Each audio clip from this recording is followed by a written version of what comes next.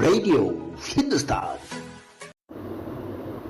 नमस्कार, यह है रेडियो हिंदुस्तान और मैं हूं आपके साथ पारिजात। रेडियो एंटरटेनमेंट में बात करेंगे स्वर्गीय अभिनेता भारत कुमार की। भारत कुमार यानी मनोज कुमार नहीं रहे, उनकी बहुत याद आएगी, क्योंकि जिस तरह से वो देश प्रेमी के रोल में हमें दिखते थे, हिंदुस्तान के लिए, हिंदुस्तान के दर्शकों के लिए, हिंदुस्तान के देश प्रेमी दर्शकों के लिए प्रेरणा बनते थे। ये वो किस्सा है जब इंदिरा सरकार से भिड़ गए थे फिल्म अभिनेता मनोज कुमार, और अमृता प्रीतम से उन्होंने कहा था, क्या एक लेखक के रूप में आपने अपने आप को बेच दिया है। जी हाँ, मनोज कुमार बॉलीवुड के पहले और अकेले ऐसे अभिनेता और निर्माता बने जिन्होंने सरकार के खिलाफ केस लड़ा और जीता भी। कमाल की बात है ना। कौन बताएगा, जब हम नहीं बताएंगे तो आपको कौन बताएगा। देश प्रेमी लोग ही देश प्रेमियों की बात करते हैं। बहुत धन्यवाद, आप हमें सुन रहे हैं। वेटरन एक्टर मनोज कुमार नहीं रहे, अब हमें बड़ा दुख है। हम श्रद्धांजलि रेडियो हिंदुस्तान पर उनके लिए अर्पित करना चाहते हैं। ईश्वर उनको अपने श्री चरणों में स्थान प्रदान करें। हिंदी सिनेमा के दिग्गज फिल्मकार थे मनोज कुमार। न केवल एक शानदार अभिनेता थे, बल्कि एक सफल निर्माता निर्देशक के तौर पर भी दर्शकों के बीच उनकी पहचान बनी थी। उनकी कई फिल्मों ने गोल्डन जुबली और डायमंड जुबली का उत्सव मनाया था। आज उनके निधन से, आज उनके नहीं रहने से, आज उनके देहावसान पर बॉलीवुड में एक गहरा सदमा देखा जा रहा है। मनोज कुमार देश प्रेम और सादगी के लिए जाने जाते थे। उन्होंने देशभक्ति के फिल्मों के लिए अपने पूरे हृदय के देश के प्रति प्रेम को इस्तेमाल किया था। उन्होंने उस जुनून को, जो राष्ट्र के प्रति उनके मन में प्रेम था, उस जुनून को, उस भाव को चित्रपट पे पूरी मेहनत से, परिश्रम से और दिल से उकेरा था। उन्होंने देशभक्ति फिल्मों के माध्यम से लोगों के दिलों में जगह बनाई थी। उनके कई किस्से बहुत मशहूर हैं। उन्हीं में से एक किस्सा आज हम आपको सुनाने वाले हैं। वो किस्सा था उनका अमृता प्रीतम के साथ, जब वो अमृता प्रीतम से नाराज़ हो गए थे।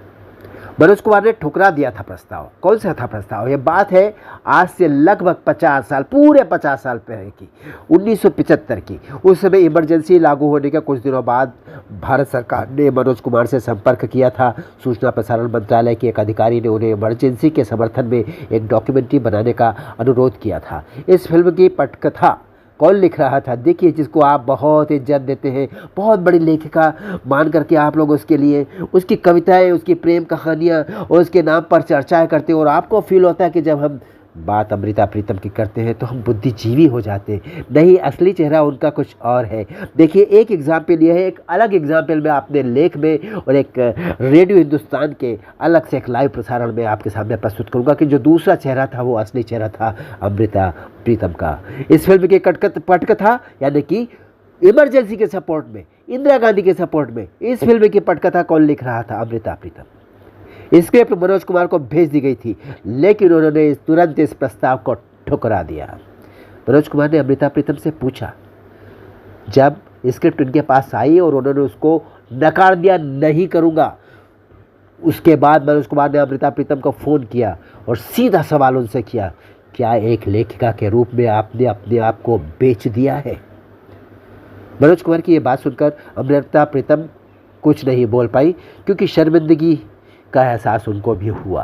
उन्होंने तुरंत माफ़ी मांगी और मनोज कुमार से कहा कि वो स्क्रिप्ट को फाड़ कर फेंक दें। इस घटना का जिक्र वरिष्ठ पत्रकार रंजन दास गुप्ता ने अपने एक लेख में भी किया है। सरकार ने लगाई थी फिल्म पर रोक। फिल्म पर, यानी कि जो फिल्म बन रही थी इमरजेंसी के सपोर्ट में, जो डॉक्यूमेंट्री बनने की योजना बनाई गई थी, वो सरकार ने रोक दी थी। इसके बाद सरकार ने उनकी फिल्म, यानी कौन सी फिल्म? मनोज कुमार की फिल्म को रोक दिया था। कौन सी फिल्म? नाम था उसका 10 नंबरी।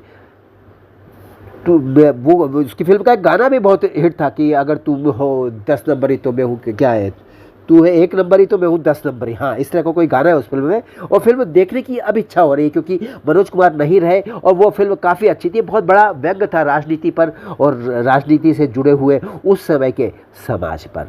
10 नंबरी की उनकी फिल्म को सरकार ने रोक दिया था। मनोज कुमार के लिए बहुत बड़ा झटका था, लेकिन उन्होंने हार नहीं मानी। सरकार के खिलाफ कानूनी लड़ाई शुरू कर दी और उसके बाद वो लड़ाई उन्होंने जीत भी ली।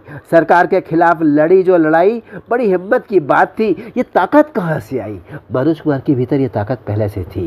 मनोज कुमार को देश से प्रेम था। मनोज कुमार बॉलीवुड के पहले और अकेले ऐसा अभिनेता और निर्माता बन गए जिन्होंने सरकार के खिलाफ केस लड़ा और उसको जीत भी लिया। उनके साहस और उनके दृढ़ संकल्प का ही नतीजा था।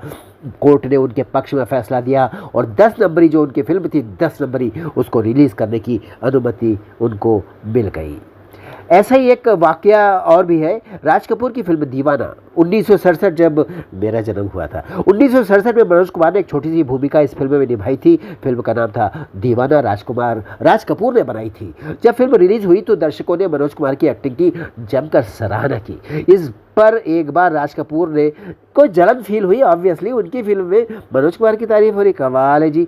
राज कपूर ने मजाक में उनका मजाक उड़ाते हुए कह दिया था, ये लड़का तो मेरा रोल चुरा ले गया।